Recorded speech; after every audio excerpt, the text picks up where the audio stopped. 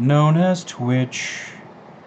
Don't be upbeat. Hey, hi everyone.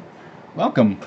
I was here earlier momentarily because I forgot to turn off the title screen. Welcome. Hi, I'm Tom Lommel. I'm your host for Disorganized Play. It's my phone, everybody who wants to get in on the action. No phone. You're not allowed. Welcome. How is everyone out there in internet world? I'm doing well myself, thank you. We have some interesting things happening this week. Yes. So let's take a look at what our agenda, what our speaking points are for today. We're gonna talk about. Today is all about the aftermath of last session, right? So we've got Dell, we've got the dungeon itself, and we've got Daddy, specifically Thawnes Daddy, right? So that needs... Oh, you're right, I do have the bloody recap on. Disappointing. Just not professional, everybody. Boom. There we go. Huh. It's a lazy Tuesday afternoon, what can I tell you? The clouds have clung to the stale Los Angeles landscape. The helicopters are out touring about, and I'm here to talk some Dungeons and Dragons with you. So, yeah, so last week was largely it was sort of the big finale to White Plume Mountain in terms of encounters, that sort of thing, right? I don't think... There's an opportunity, I guess. You know, we had this thing in chat that Margash awakens. I think there's an opportunity to have another big fight if we wanted to, but I don't think we want to, right? Like, we're at the end of this arc. So it's not so much introduce a lot of drama and intrigue and climactic action as it is pay off the threads that we have cast into the water and now weave them back into the net and reel the fish in. Yeah. You know, there was an earthquake here last night. I did not notice it, but the one in Mexico City that happened just an hour or so ago looks terrible and reminds us all that maybe we need to do a little bit of earthquake prep here in the lovely land of Los Angeles. So, so there were a few things that kind of went astray just in terms of like length of the session, and I think I thought the maze puzzle was extremely engaging for most of it, but it needed to wrap up quicker or build to some sort of crescendo. And I think, you know, that's the dangerous part of a big showcase encounter, right? Is you have the cool idea for how to get into it, and everybody's excited to get into it, and then you get kind of 3 rounds into it, and you really need to be done with it. I literally, like, this weekend just went and put 13th Age on my Amazon wish list. I'm like, I got to get around to reading that book because I think that having combats that accelerate, that build after kind of round 3 and kind of come to a head and a resolution may be more interesting than what we did last Wednesday. I also think, you know, we can take a page from the fate rules. It would be interesting if you could offer players the chance to concede, right? That they could lose an encounter, but they could lose on their terms. So they don't defeat the guy, but as they retreat, you know, the passageway collapses and they can't chase after them or something. Be interesting, right? It was just... I think the design was fine. I would, if I were to go back and do it, I'd put a little flourish on to, one, pay more attention to where exactly the monsters were in the initiative order, because I think they started taking more and more turns, and I think that was problematic. you know, and some of it is on the players' backs in terms of they did not fight the monsters that were stalking them. They just let those monsters go, right? Like, let them... They essentially sort of ran away from the monsters and pursued the objective. So I think there might have been a way to kind of bring that to a head. You know, say they had accumulated items that would have helped them defeat the spirits throughout the maze. It just needed a little bit extra tweak on it. So that's... we talked about a lot of this stuff on Thursday, so I don't want to retread it. I just want to kind of like refresh, like, where did we come from? Okay, they transported themselves using the sword. They transported themselves into the Book of Thorns. They found out the keys, literally sort of the keys that activate the prison. They went into the maze in order to recover or recharge those, and that's sort of where we left off, right? Like, and then they were like, well, we're going to free Dell. So I think that's where we can pick up, right? So today's topics are the things that I expect we will address in the upcoming session. I feel like it's going to be a fairly role-playing heavy scenario. I have the window open today, so I apologize for some of the background noise. My apartment building, some people are loud. Usually I'm that person. So that's the buzz. Ebon-clad. I have... It sounds exciting, the Thieves Guild City Campaign book. It sounds interesting. I have so much stuff on my to-read pile that I don't think I would get to it. So, yeah, I mean, they could have... There's a lot of different ways they could have optimized their tactics for traversing the maze. Oh well, you know, that's water under the bridge at this point, right? I think the lesson there is when you're doing a kind of like a showcase encounter design like that, have some outs for the party, for the encounter to wrap up faster than it needs to be. Faster than you know, look for ways that the encounter might stall out or bog down, and then wrap it up. And try and find ways to have those organically baked in there. So, you know, and just hip pocket that stuff. If the party goes after the monsters and wipes them out and then wins the whole thing in 4 rounds, great, you know.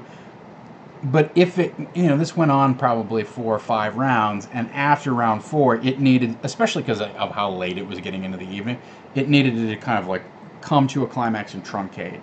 And if I'd had something that would have organically made sense, that I could drop in, boom, okay, well, you collect your 4th one, and suddenly these 4 torches light up or something like that. It would have made sense, and we would have all been happy that the players won. The players won, right? To me, the crucial mistake from last session was they got the 5th piece of what they wanted, and they said, well, now we can just leave the maze, right? And I said, no, you have to fight your way out. And that's where really the session kind of like took this turn, like, oh, really? That was a realistic call? That was a reasonable kind of like, I'm going to punish you a little bit call? But given the time of the evening, how late it was and whatnot, we could have just said, I could have just said, okay, we'll pick it up from here next time, right? An easy way to when you're faced with that situation where you're starting to run long, okay, end of the round, great. We're going to cliffhanger it here. We'll pick this up next time. So don't deny yourself that tool. I just used it on Saturday in my home game. It was like, well, it's after 6 o'clock. You know, we got commitments that we got to get to. Okay, if that's the end of the round, we're going to pick this up next time. So, all right, that's enough hemming and hawing. So let's talk about a few things that are going to come up. Right. So I assume the first thing that the party will want to do is free Dell. That is their primary mission. That's what they've set out to do. Gotta make a note about something.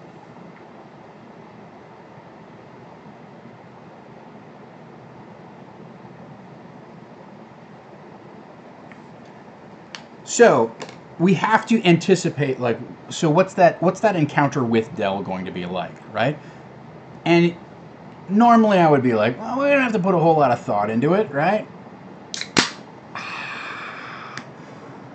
you know, just she's glad to be out, done, kind of end of story. But that denies us a huge opportunity because we've got a couple different things that we can pay off with Dell if we think about kind of the long-term arc of our campaign and whatnot. I didn't set up the second camera, but we have we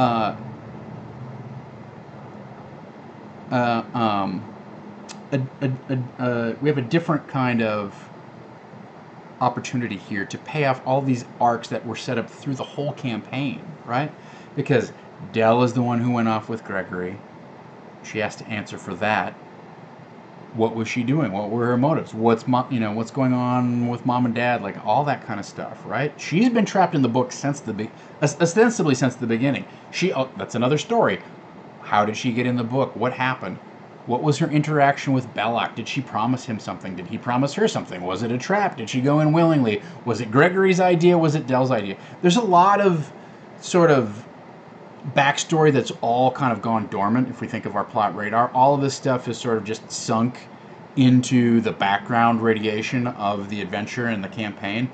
And we can literally sort of resurrect those threads of like, well, why would they go there? And was she involved? And how complicit are the parents? And that sort of thing, right? So I don't know that it needs to be a huge role-playing scene, but we just spent how many weeks? You know, like 4 months, really, kind of pursuing Dell's freedom. And now she's going to be out for the first time, and you're really going to be able to, like ostensibly the players could have talked to her in the book, right? They didn't that much. So that's interesting, right? So we have an opportunity to bring, like, it'll all be fresh in the players. It's a fresh opportunity to pull these elements back into the foreground. Who's Belloc? What's his connection to Golthius? What was, you know, what's the toy connection? Was she going to get the wood, like, voluntarily? Did she want it? Did the parents want it? Did they send her on their behalf? What was the situation with that? So that's something to think about.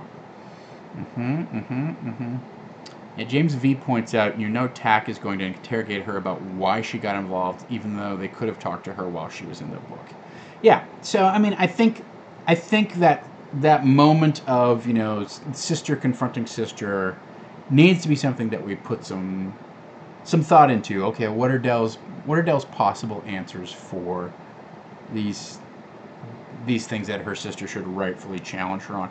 And or maybe Dell knows something that can help TAC bring something to light, right? Make a realization about something. They've really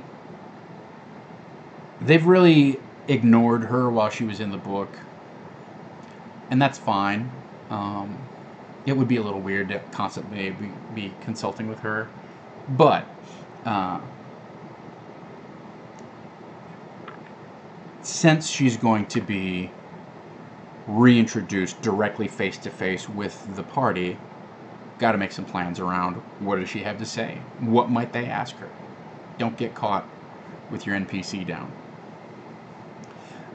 So our next topic, I need to get some better lighting in here.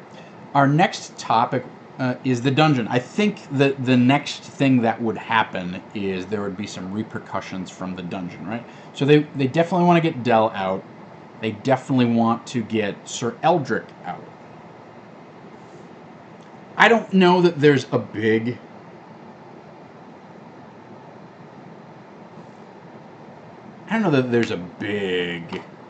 role-playing scene with Sir Eldrick, right? We've met him. We feel like we know everything that there is to know about him. I'm sure he'd be extremely grateful for being released. Okay, that's cool. That's great. I don't think Sir Eldrick is... I don't think that's a big encounter. He is something that we can kind of keep in our hip pocket in terms of, I might use this. He might be able to shed some light on what's going on here, or he might know something about some other inhabitants of the dungeon or whatever.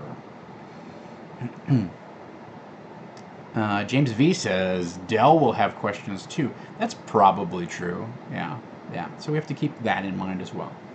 So there's some things about the dungeon that we need to account for, right? Number one, they have a list of all of the occupants in the dungeon. They really only decoded a couple of them, right?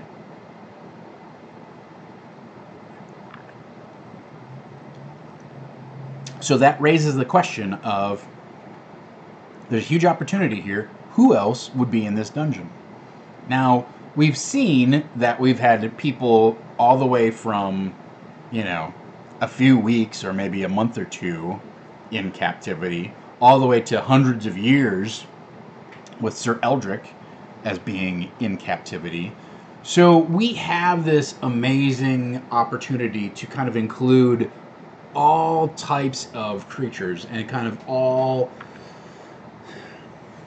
to go a lot of different places with ancient knowledge, friends, foes, whatever it might be, right? So we have an opportunity to kind of like pick and introduce new people or historical figures from all over the realms, and to do some world building and some storytelling that we haven't really necessarily done before, right?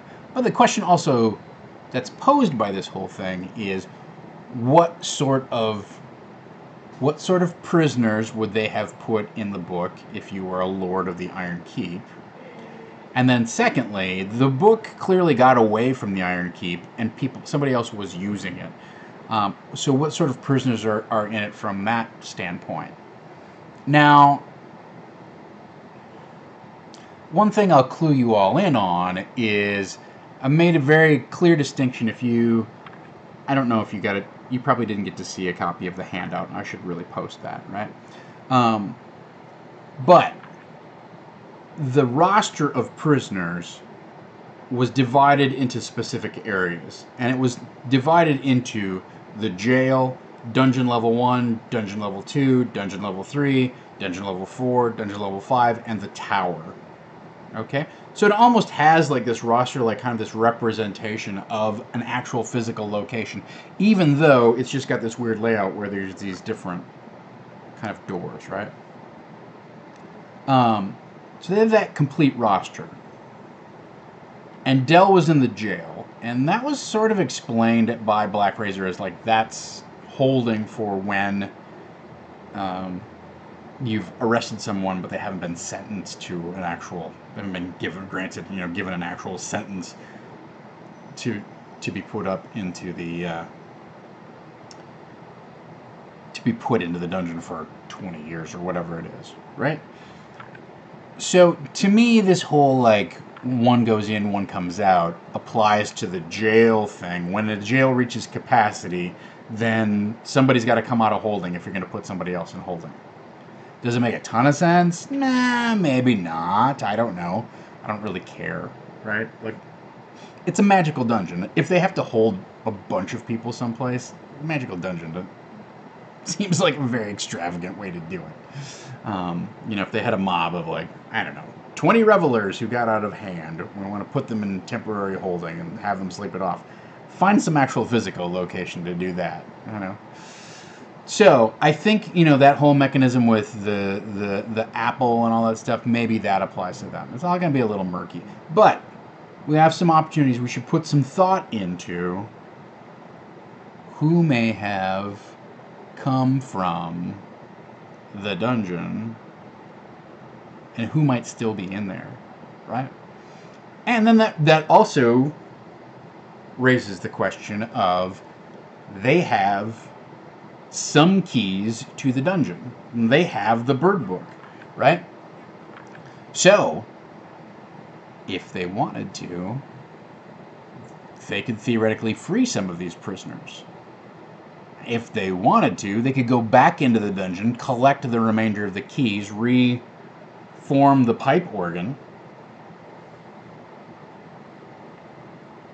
and free anybody that they wanted to.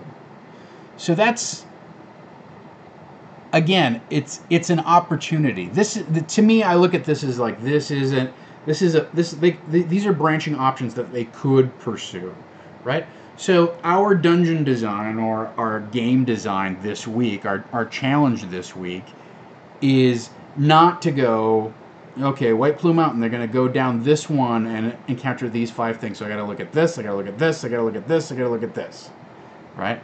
But instead, we have these options that are arrayed in front of us, where they could talk to Dell, they could talk to Sir Eldrick, they could decode the prison roster, they could free other prisoners, depending upon who's on the prisoner roster.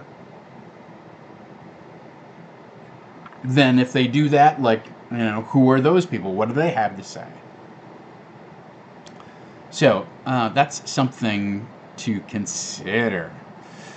James V says, the apple could be a hack to get somebody into the book without using Black Razor. Yeah, I think that's a good explanation, right?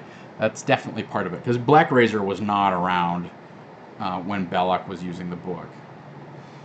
BSB Care says, I can almost see 2 factions forming if parts of the from parts of the dungeon being broken. The bad guys who were captured when good Bargat was warden, and the good guys that were captured when vampire Bargat and Belloc had the book. yeah, that's certainly possible too. I think that's an interesting, like, that makes the whole thing a little more complicated, right? In terms of, it's more of a complicated, nuanced decision as to whether we want to free the people in the dungeon. Because right now, the only people that we've really seen in the dungeon are good people, right? Dell and Sir Eldrick both got captured in the book.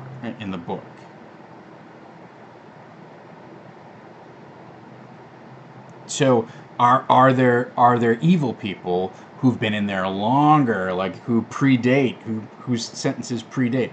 We've also had this idea that, like, eventually you turn into a bird, and we need to kind of consider, like, is that reversible? Is it something that they're just permanently stuck with? Could you dispel magic on them and have them change back? Like, is it irreversible with some effort? Is it reversible just by freeing them using the book? Using Black Razor? I think there may be an upcoming quest. Honestly, I like this quest too. To reforge Black Razor.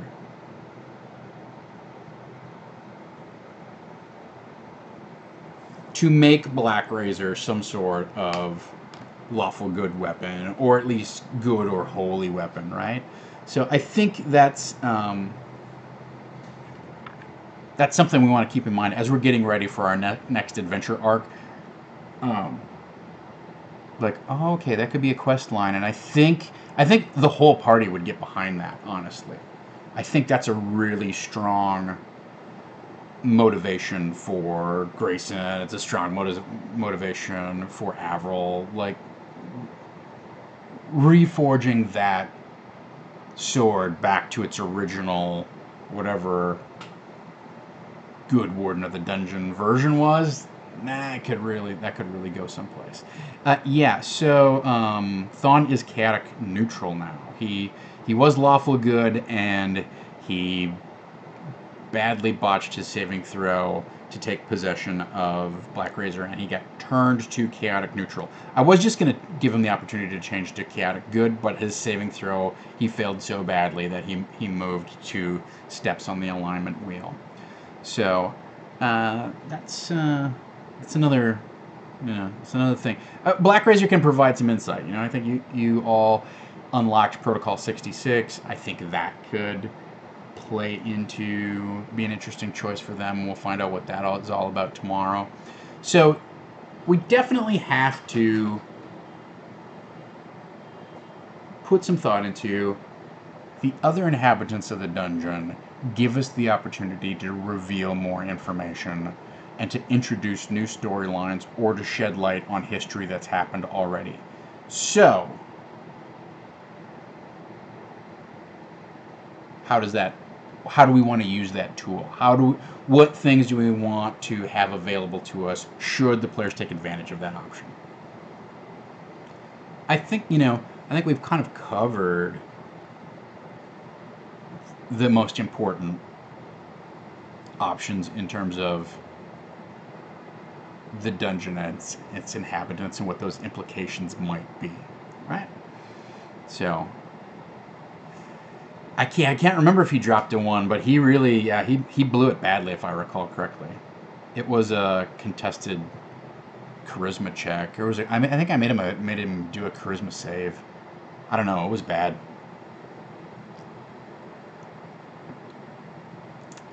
All right. On my screen, it almost looks like baddie, but it says daddy. So the third major story element that we have going on here, I should really grab my plot radar to make sure we're not discounting anything or ignoring something that's going to rise up. But the third major quest thing that it wasn't originally a quest line, but the third major implication that we need to prep for and deal with is Thawnes Dad has been brought back from the dead through his bargain with the vampire, right? If you think about it, it's been quite a journey for Thawne, because he went into this thing lawful good folk hero, and he's coming out as a chaotic neutral, kind of selfish guy with this soul-sucking sword. How is he going to be greeted back home, right? So I think it's important to spend a little bit of time reflecting on, okay, Thawne's dad, he wished for his dad to be brought back from the dead. How badly,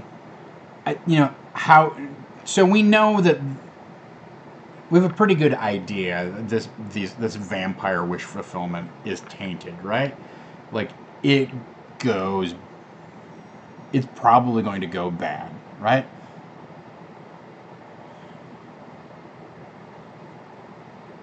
Let's think about what the implications for that are.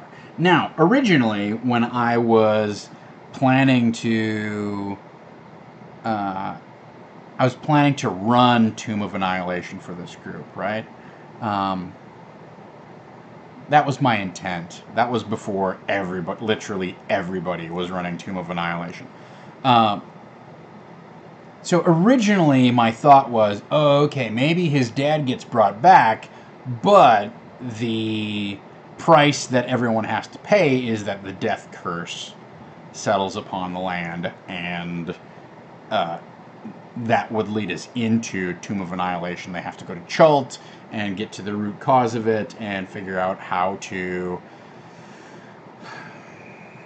deal with, or cure this curse which has befallen the entire world, right? So,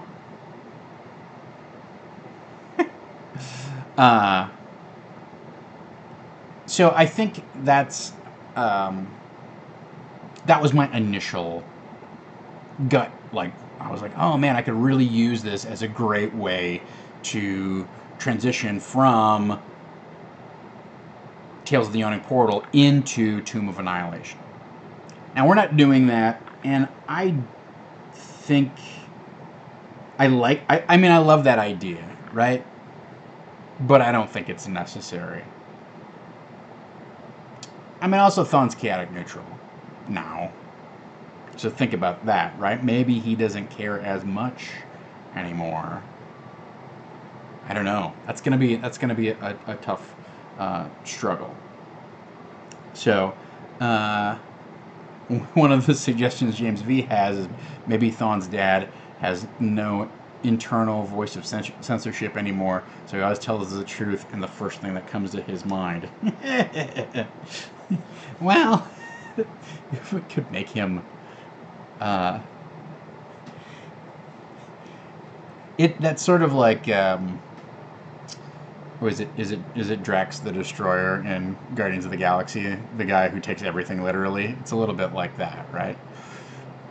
It could be interesting. I have some ideas about where I want to go with Thawne's father.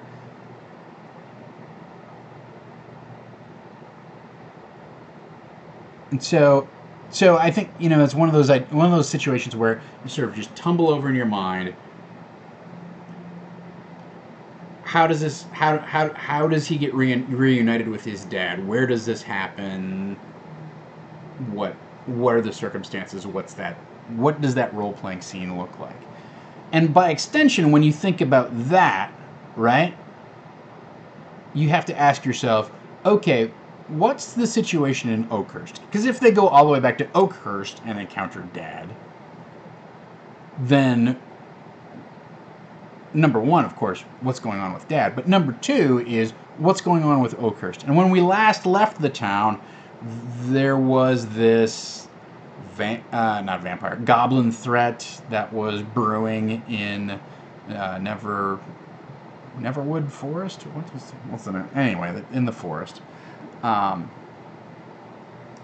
So that's something that we can bring back, is that the goblin unrest that has been caused by uptipping the apple cart of the brew that the goblins were getting from Belloc now has repercussions, right? There's that's on the boiling point with Oakhurst. You're back. Did you find anything that we can use to help defend ourselves, etc.? Now,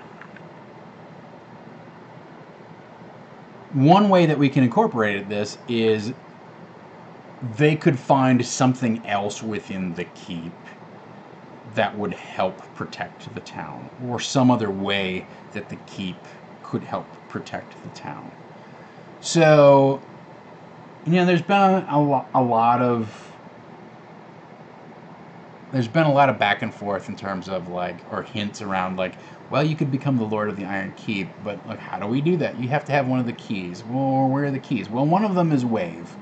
They have Wave. They could figure out a way to use Wave to take ownership of the keep. Well, then what does that imply, right? So we've got a lot going on or that's certainly a strong potential. Let's just pause for a moment, because there's a lot of different ways that we could get the party further entangled in events that they've set in motion, right?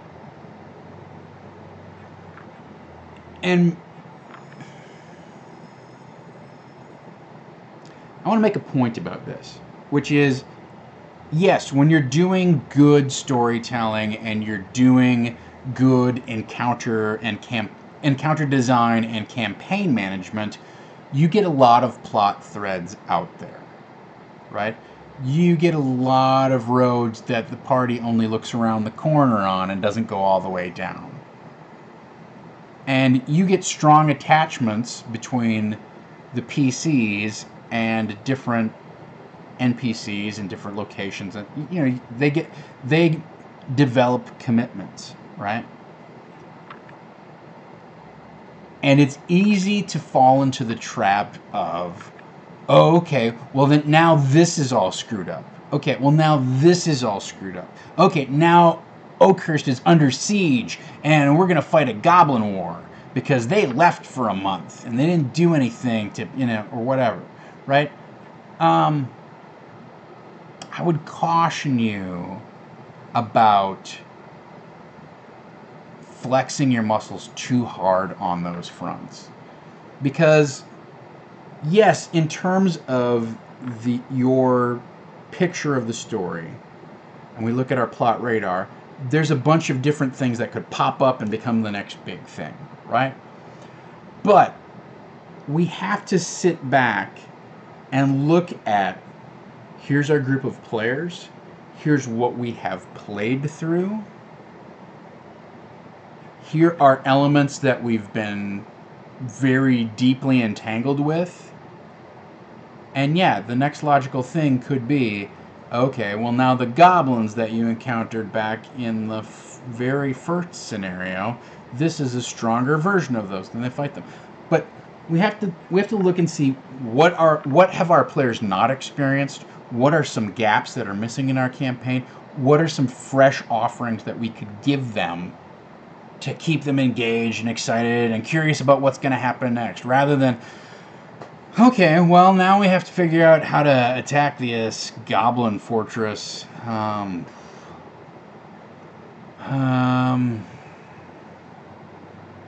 Okay, yeah, I mean, we're the heroes of Oakhurst, so we'll go save the town again. Right? So, as BSB Care points out, they're not the only heroes in town. As James V says, there are always other heroes that will sort some things out while you're gone someplace else. So, you have ways to get out of it, but I think it's an easy trap to fall into. In that, oh yeah, well now what are we gonna do about this? You know, and we spend a lot of time here in Disorganized Play talking about how we create, relationships and attachments, and how Schrodinger's clues go from this like amorphous kind of weird thing that has one interesting attribute about it down to this very specific thing that connects to all these other different elements that they've encountered in the campaign, right? So we do a lot of work on improvising connections, on establishing and reinforcing connections, of really like weaving our plot threads together into kind of like a coherent net of the world, right? But I also want you to sit back for a minute and go, all right, we've created this nice, neat little ball of yarn. Yes, it has a few little tag ends on it that could lead off to a whole new web of yarn all over the place. A whole new series of threads that we could follow up based on what was in this original thing. But also, we could cut the cord and kind of like do something different. At least do a side quest that's only tangentially related. Or just kind of snip it all together and send them to a fresh location, right? And part of this is I polled the players and I'm like, what would you like to do? Yawning Portal is wrapping up. I'm trying to think of where we're going to go next, but I want your input. What sorts of adventures would you like to engage in? Do you want to do more of a sandbox exploration? Do you want to do outdoor adventure? Do you want to do more of a murder mystery type of thing?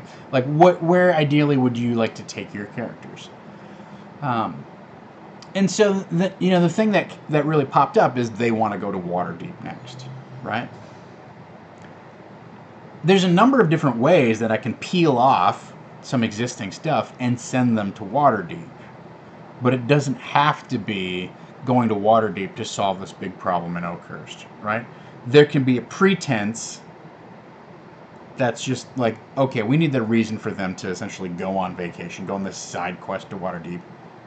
Here, go. And then we'll go off for 2 or 3 sessions and explore some fun things in Waterdeep, and then we can come back to our weird, convoluted, twisted ball of yarn of all of the things that are happening to Oakhurst and all of the relationships and all that kind of stuff, right?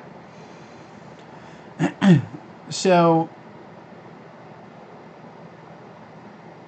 be willing to, when you have an opportunity like this, where an arc is closing, be willing to take a pause and go, should we keep marching this arc forward so that it grows and grows and gets bigger and bigger and more interesting and more engaging, and they really become, a seat of power in the region? Or can we go, all right, we've explored a lot of that, and in order to avoid the risk of becoming redundant and repetitive and the game becoming stale, we're going to shove that aside. We're going to start this new direction. Okay. Well, you've finally grown enough that it's time to leave town and go off and do something, or assume your competence, that sort of thing, right? So, as James V says, don't get myopic about your plot threads. Also, I guess my way of putting that would be, don't get too attached to, and don't get too enamored of your own cleverness.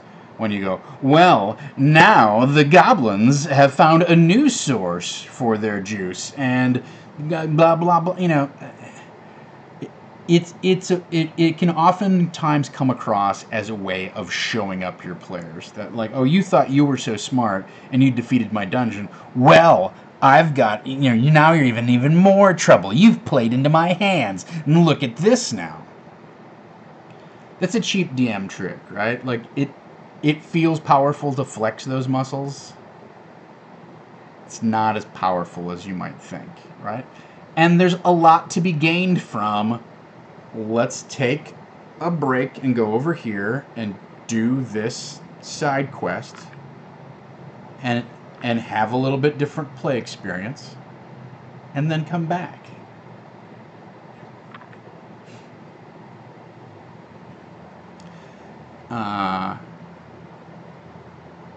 Create Cam says, I feel like if I let the big bad survive, players won't feel rewarded and accomplished. Yeah, I mean, I understand that predicament. Yeah, you have a couple of different options.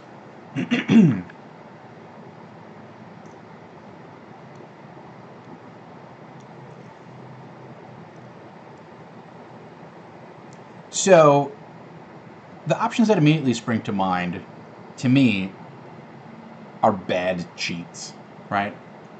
Even though they're perfectly logical, it 100% makes sense. But it can be like the villain has a contingency where he can dimension door when he gets to 20 hit points or less, right? Or so the villain can escape. That's anticlimactic. Number two is somebody can come along and resurrect that guy and bring him back, right? That also feels like a cheat. So I don't know that, although there's a number of different logical ways for a bad guy to either escape or become a recurrent, come back and pose a threat, I don't think story-wise those have a lot of potency, right? In rare circumstances, they might. But I agree with you that it is dissatisfying, it's anticlimactic, and and it's not interesting to have that guy return the same most of the time. Sometimes you have a really compelling villain that the players love to hate, and they're like, oh man, I can't believe we beat that guy. he had a note for everything. Well, I'm back, boys. Now what are you gonna do? They might enjoy having that kind of foil, right? It's a rare circumstance. But those things all feel like cheats, that the bad guy has a last-minute Deus Ex Machina way to get back. Somebody uses a wish or a resurrection spell to bring them back, etc. So I would avoid those. What I would suggest is, I think we've done a pretty good job in this campaign of creating an even bigger bad who's operating behind the scenes, right?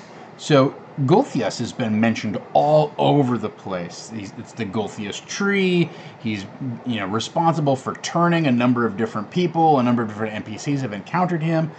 So even though Belloc was the big bad, and the Gulthias tree was the big bad in Sunless Citadel, they defeated those people, and they're dead and gone.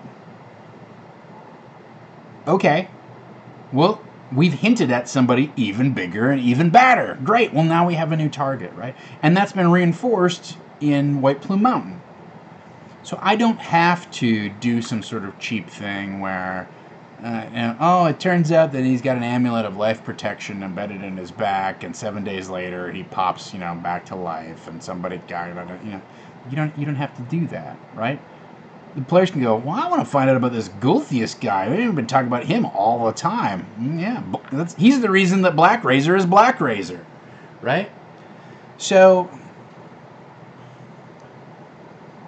that wasn't, I don't want to pat myself on the back that was entirely deliberate, but it's something that popped up in Sunless Citadel, and I started to make more deliberate as we went into White Plume Mountain, to provide some continuity between those two dungeons, but also, there's this weird picture of like there's some sort of master vampire out there who's really the main villain behind all this. And when he's gone, great, good. Like we've triumphed. We've fought enough vampires at that point, right? So that's one way that I would suggest you handle that type of thing. The only other advice I have on that front is we had a very, very interesting thing happen when Gingy cut a deal with the party, or more specifically, the party cut a deal with Gingy. I don't know how you want to characterize that, right? But Gingy was clearly, like, he's clearly bad, but he's just not against the party. He needs the party. And now he owes the party a favor, and they want to murder him. Okay. Well, we can make that work out, right? So, that's honestly something else that should be on our topics, is that we have this open thread with Gingy, right? So, yeah, as James V points out, you kill off the mini bosses to build up to the real big boss, so that they want to run into the big boss. They are 12th level, but then they're also like, it feels like this like epic, sweeping kind of arc of adventure. That's like, oh, we've been hunting this guy since level 2. Yeah, 10 levels later, you finally kill him. That's awesome, right? Or it should be awesome. So that's my other piece of advice is you can have bad guys that you introduce that cut a deal with the party, and then they get away. And now the party has some stake in how it all went down. If you had an encounter with your big bad, and the big bad got down to, like, let's just say 50 hit points or whatever, and said, okay, truce, I would like to parlay. You're probably going to have to put a little more juice on it, because most of the party is going to be like, no, we got you down to 50 hit points, we're going to incinerate you. But, again, it kind of goes back to something I talked about earlier, where in Fate, you can offer to concede, and you can decide what the terms are of your character's loss in this encounter. And maybe the loss is just as simple as, I cut a deal with this guy that we're going to mutually leave each other alone for a year or whatever. So, the mail's here, guys. I gotta wrap up the stream.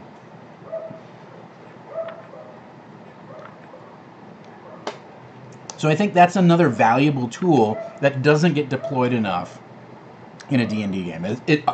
I've certainly fallen into the trap of let's keep fighting until he's dead, and then when he's dead, it's all over with. And, a revelation that I had, or a thought that I had, I don't know if it was a big revelation, but a thought that I had earlier today when I was thinking about the game, and I was just thinking about role-playing games in general, and Fate, and all this kind of stuff, is failure is what's really interesting, right? Like, players want triumphs. Players want successes. They want to indulge in the satisfaction of defeating a monster, gaining newfound powers, finding a cool magic item, attracting wealth and reputation, right? They want those things. That's the payoff. But what truly makes a game interesting and what makes things memorable is not the victories, unless the victories are pulled from the clutches of defeat, right? So, failure, specifically the hero's failure, is what makes a session memorable when done right, and when they manage to overcome that failure. Setbacks make a game more interesting, because a series of unequivocal successes, just bam, bam, bam, bam, bam, that may be exactly like what you were hoping for, in terms of like you were waging a military campaign or something like that. But it doesn't make for an interesting story. The hero's journey is not one of the boy who got everything he ever wanted. unless you look at the dark side of that particular idea, it's not a compelling story. The guy who is good at everything. It's not an interesting story. And it really runs counter to a lot of the way that D&D plays, right? I need to protect my hit points. I need to keep my stuff. We should be careful going around this corner. But that doesn't lead to heroic behavior. You know, there are very few heroes in our body of storytelling that are based on this guy was really cautious and took a long time to do anything. Right? So, James V has a nice quote from Schlock Mercenary. Failure is not an option, it is mandatory. The option is whether or not failure is going to be the last thing you do. So, yeah. Be care. This whole myth that Gingy killed Thawne's father, I think we need to... It's fine. I think Gingy was just the tool to killing Thawne's father, and I don't think... On the other hand, Gingy's pretty malicious. So he probably would have done it given the chance anyhow. I guess it is sort of a moot point. But he was ordered to produce the poison that killed him. He certainly didn't deliver it or anything like that. Anyway, so I just want to make, I had that thought, I just wanted to highlight it, like the things that are the really interesting moments in an RPG are when a failure has happened, right? And yes, the occasional success is great. We all love rolling a nat 20 when our fat's in the fryer. But more often than not, what literally builds character is trying and failing and getting in trouble, right? I always say your character's job is to get in trouble. They're not leading an interesting life if they don't. All right, there we go. All right, so we have a number of different threads that we have to pay off in tomorrow night's session. I think we've covered most of the important ones. I think we'll have some interesting reveals tomorrow. You did unlock Protocol 66. I'm keeping that in my hip pocket for the players to explore. We did have Margash awaken. We'll see what that means.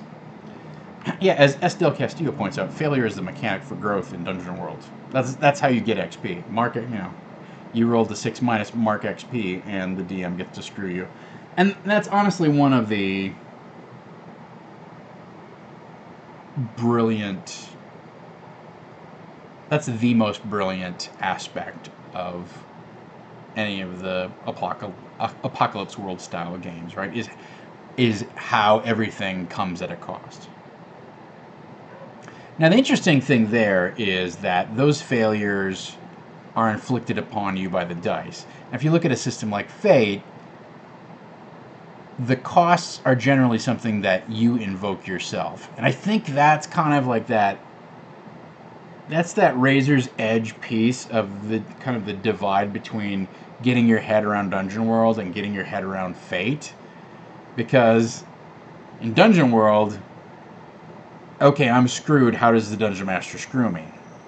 I rolled crappy, but the Dungeon Master is going to screw me. In Fate, it's funny because the power dynamic is the opposite, right? I've rolled, I'm screwed. How can I screw myself in order to make this a success? So, James V says, you wanted suggestions for city adventures. I have 2 for you to think about for the Waterdeep adventures. Lay them on me. I mean, I agree that players get mad when they fail too much, when things are too hard.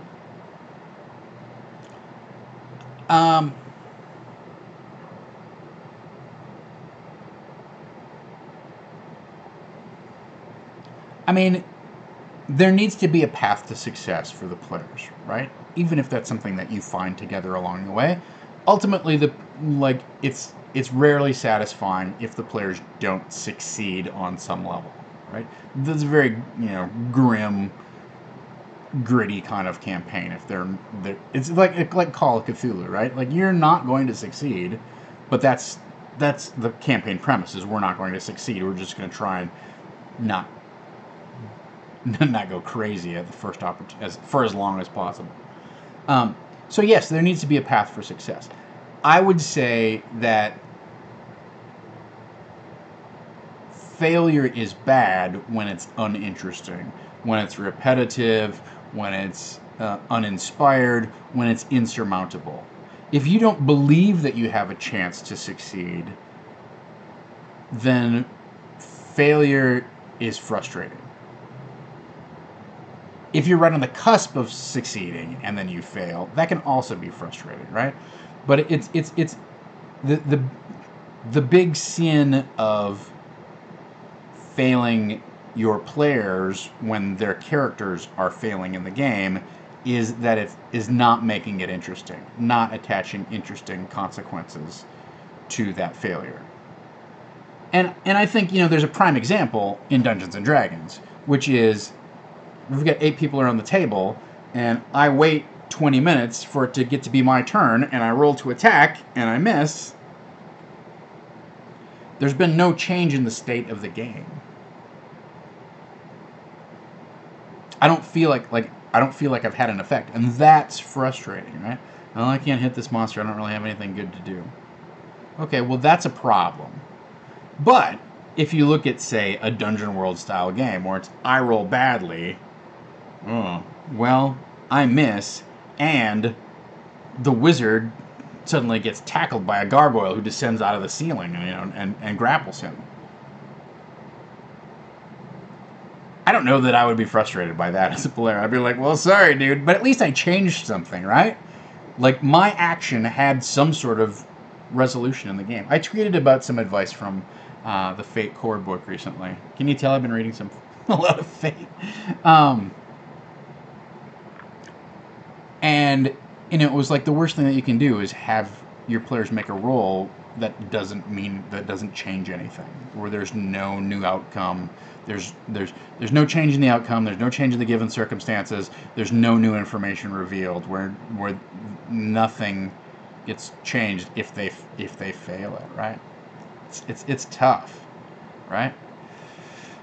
So, I think failure is something that you have to. We've talked about this before too. Pacing, and measuring your players' string of. Are they on a winning streak? Are they on a losing streak? Is the action coming fast and furious? Is it getting too slow, too elongated? All of those things, right? So you certainly have to measure when you're talking about pacing. You're talking about providing a good play experience. Are they winning? Are they losing? I kind of feel like, with our group, they've been winning, and now we're going to have to see, we're going to have to score a couple losses, especially, I think, with Thawnes Dad, right? And actually, they've scored a loss with this Black Razor thing. I mean, it was a win at a cost. Okay, well, those are ostensibly, failures that got them someplace. It's a failure with benefits.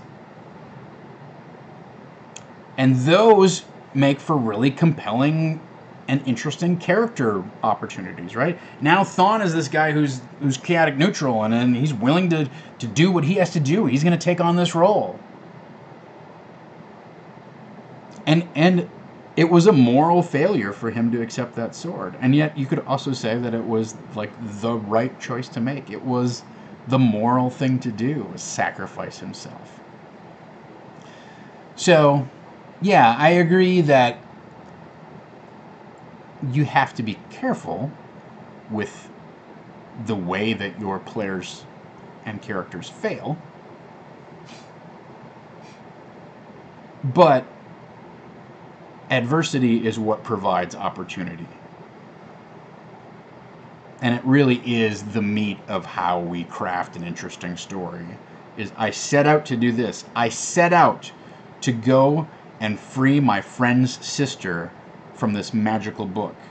And when I came back more powerful. I came back with this tremendous artifact of a sword.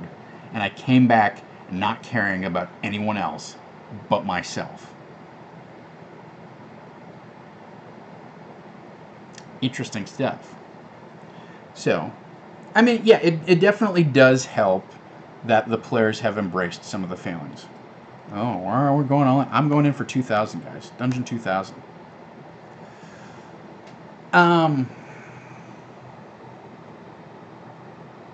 Anyway, that's a... Oh, what? Come on.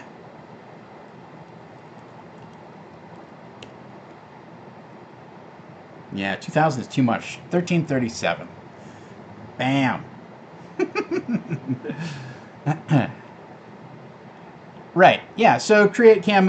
It's one of those things where score victories and score defeats, and figure out like what's the pacing here. Are my players on an upswing or are they on a downswing? They just feel hammered, right? You've got to vary it up. Interesting pacing is not about always being this way, or always being this way. Your story should, and that's why we're having this next session, right? Like we've hopefully peaked out on. They've defeated the maze. They've understood the dungeon, and now we're in the denouement. We're in the action. We're in the declining part of the action. Kind of like take a breath.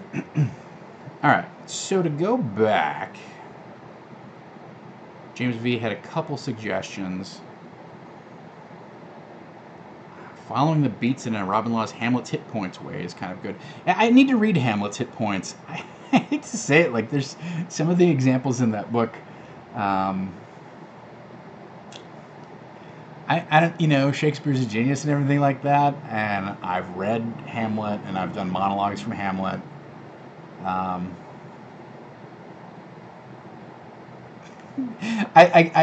appreciate and understand the fact that he's got to use sort of these universal examples where you can go, here's how a master has done it, and watch.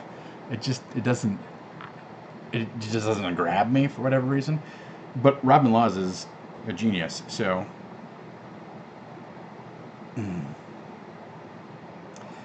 Christian Linky points out, I find that here I'm effing the player's aspect of Apocalypse World stuff off-putting. I would just share my own personal insight, which is when I've run Apocalypse World, I've mostly run Dungeon World, right? But whenever I run anything like that, where if you roll too low, something bad happens, there's a key part of the mechanic that you can't ignore, which is the players rolled low. And so the player has some responsibility for what's about to happen. Even though it's just that a function of the rules that they rolled a 6 and now something bad happens and the GM gets to make a hard move or whatever, right? But because it was the players that rolled it, it feels like a natural consequence that's attached and invested in the players. Oh, wow, my dice are bad. Oh boy, it's about to get worse. Sorry, guys. Like, you'll hear the player apologizing before you'll hear the DM apologizing.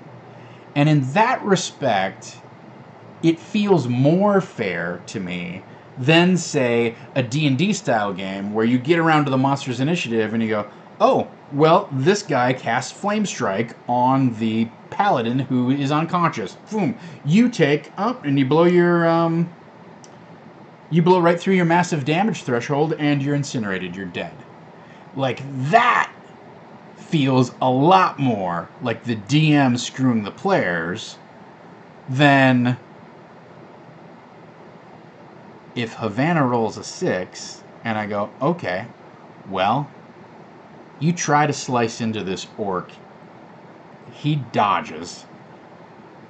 Your sword goes through the rope attached to the wall, and the lamps, the chandelier in the ceiling drops down, and it nails Thawnes' character, and he takes, you know, another death fail because he gets critted essentially by the lantern or by the chandelier, right? It's a very, obviously I'm just making that up on the spot, but even if it was just a dick move of like, oh, okay, you roll a 6, well, the Dark Priest, you know, invokes the power of Chianto, and a green flame encircles Thawne and burns him to a crisp. That is still harsh.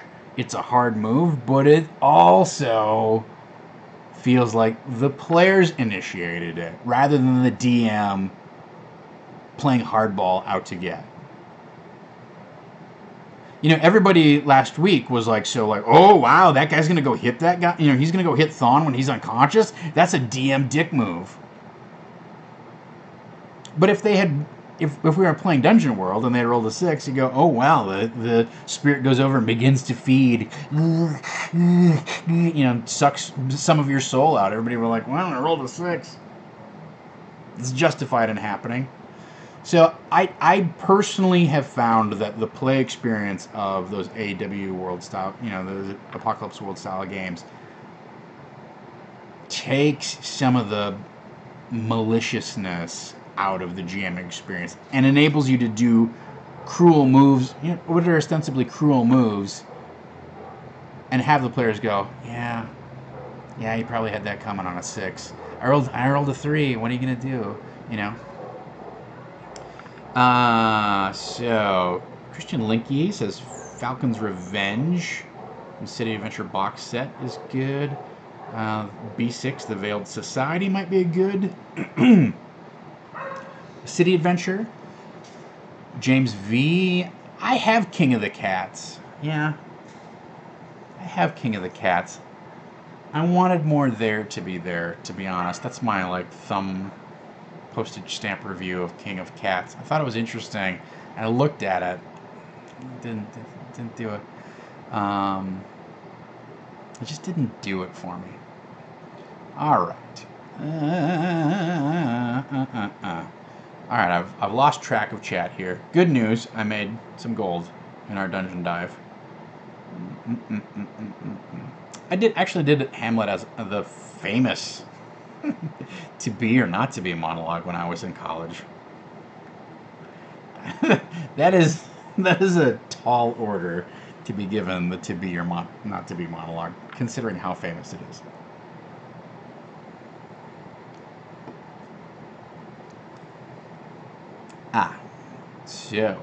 So yeah, Apocalypse World is kind of its own thing, right? It's certainly, I think it's inspired a lot of different, it's clearly inspired a lot of different games. I've only played it once. I played it once at a con. I need to play it more. I need to read the new 2nd edition, which I just got through Kickstarter. So, all right. So, masks. Adamantine Chef. What was the book you suggested a while back about being a good DM? So, the book that I often recommend is a book called Unframed. And that's about improvising in role-playing games. So I would check that out. They have a whole series. Engine Publishing has a whole series there of GMing stuff, of GM advice books. And I think that you know, Unframed is the first one that I go to, just because advice on improv in games is kind of. I don't want to say it's sparse, because you can find plenty of advice. I don't know that it's having it in one place and having a variety of perspectives is certainly useful. Because I think a lot of advice about improv in role-playing games is not good advice about improv.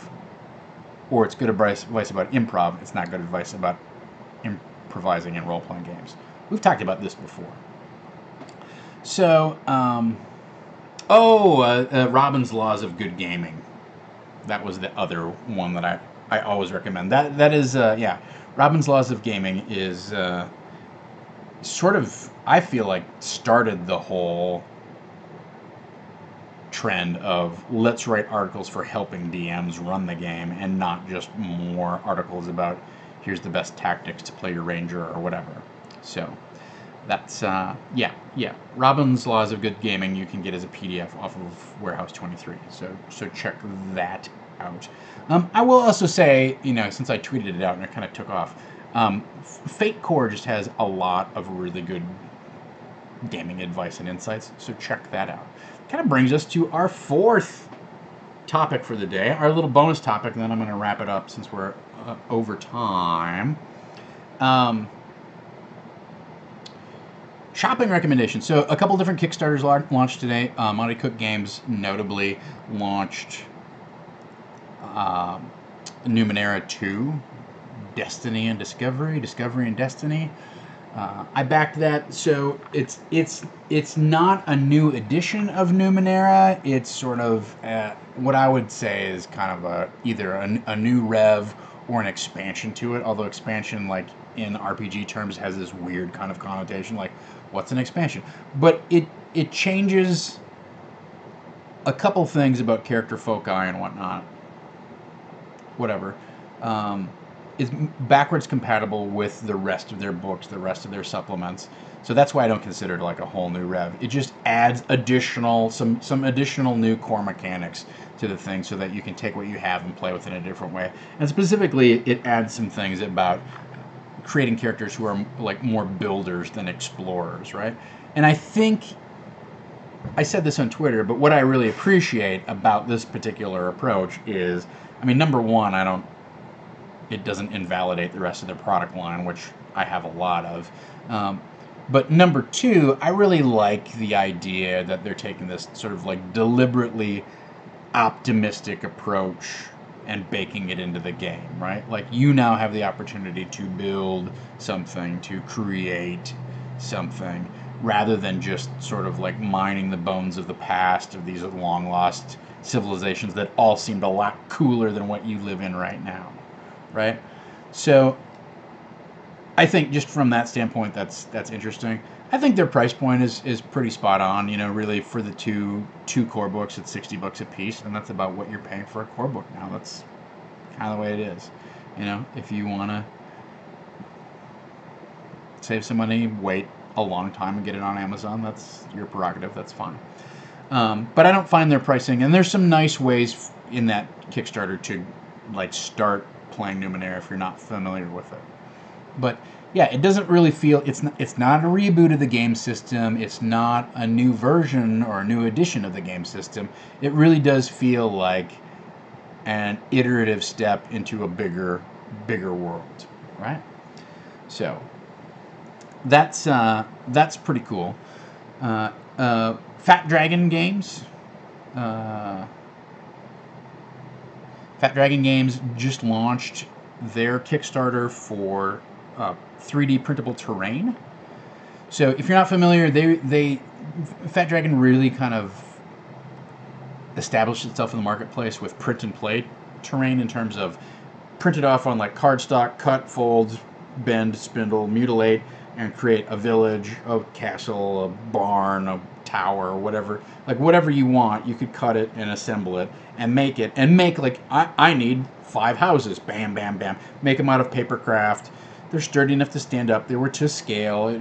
It was, beautiful artwork and textures and things like that. If you had a decent color printer, or if you sent it to your copy shop and spent a little time taping the stuff together, you could make some really nice, lightweight,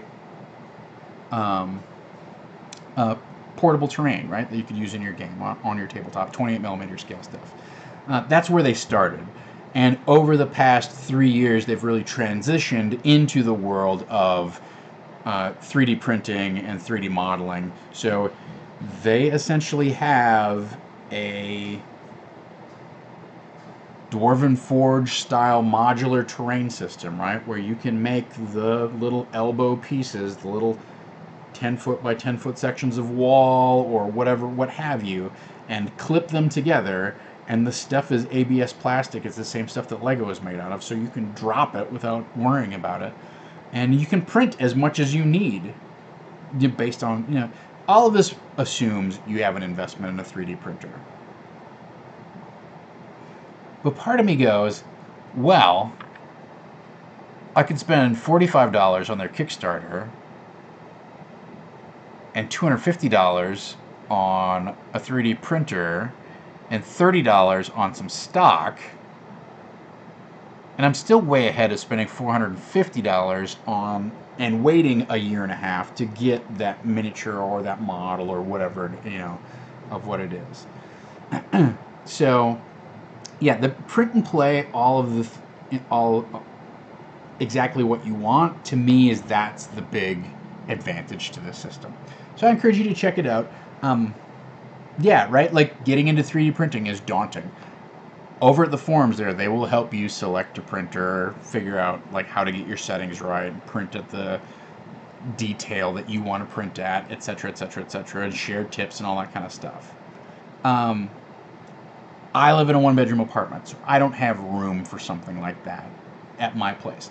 So I'm gonna, like, that's my disclaimer, right? Is like, it's hard for me to get into it because I live in Los Angeles, where we have 97% occupancy on all of our housing, and I just don't have the space to put it someplace and let it run. But if I did, it would be, because it's not just going to be terrain pieces. It's not just going to be, it also is going to be terrain, little drop-in accessories, terrain accessories, and it's also going to be miniatures. So if I can get the 3D model for that weird kind of Cthulhuoid creature and print it, I don't need to go to Hero Forge to get my custom miniature printed, and I don't need to back some, I think a lot of people were backing, what was the big Darkness game? What was the weird Kickstarter that did like 7 million because it was all the models were super weird and creepy, and sometimes I think people weren't getting it to play the game as much as they were just rating the models. So, yeah, Massive Darkness, yeah. So that's the thing, right? That's something. That's not Massive Darkness. It's something else. All right. At any rate, I feel like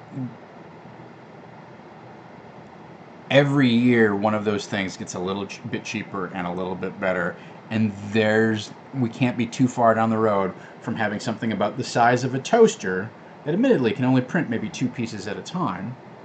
It's going to be very small footprint, very high quality, and I need a big bad for tonight. All right, I'll start it in the morning. It'll be done by noon. So I want you to maybe invest in the future a little bit here, if you have an opportunity to do it. There was one other thing that came out recently that wasn't a Kickstarter. Yeah. So the other thing that I will say is Carthoon is on sale over at DriveThruRPG. So we're obviously fans of Brian Patterson here on the Saving Throw channel, and they're having Setting September. So if you are, all of their setting stuff is 33% off. So you can get the Carthoon PDF for $10 if you want to support Brian and Tracy Barnett and or Evil Hat or whatever. Feel free to do so. But we've showcased Carthoon here before, so I thought I would mention, like, if you looked at it and you're like, I don't know, $10 for the PDF. It's normally $15. It's a pretty good bargain. So that's available, and they have a bunch of other stuff too. I know Rob Donahue went over and scooped up all the Planescape stuff that he didn't have. So if there's a particular setting that you're jazzed about, this is a good time to get on all of that deal. So that's the buzz. All right, we've done almost an hour and a half, which is longer than I expected to go today.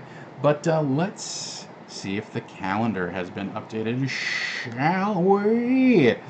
So Tonight at 7:30 we have a brand new show called Uncanny Valley, featuring the fine folks from Fan Friction.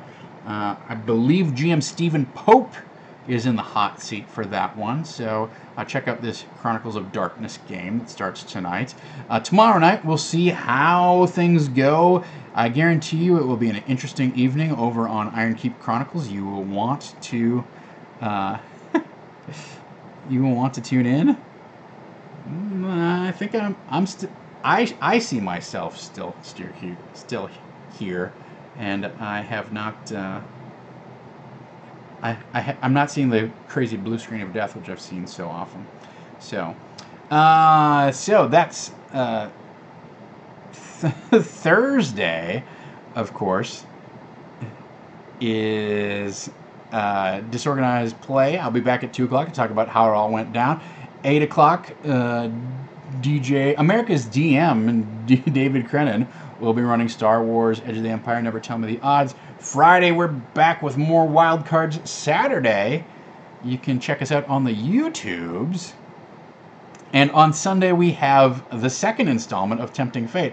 I don't know if you broke away from football or the Emmys, but it seems like a lot of you did to tune in for Tempting Fate. We're pretty excited to have that show with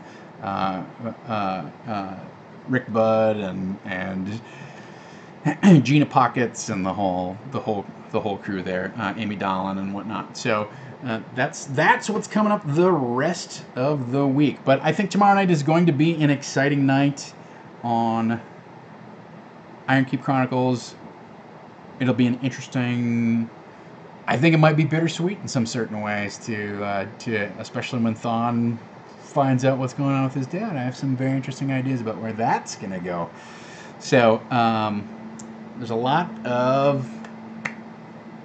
of excitement going on. So thanks everybody for tuning in. Thanks to our mods, Fockwad, and everyone else for keeping the channel free, easy, and clean, and kicking off the internet hobos such as they manifest themselves. We didn't have anybody stop in today, but that's cool. I'm glad about that.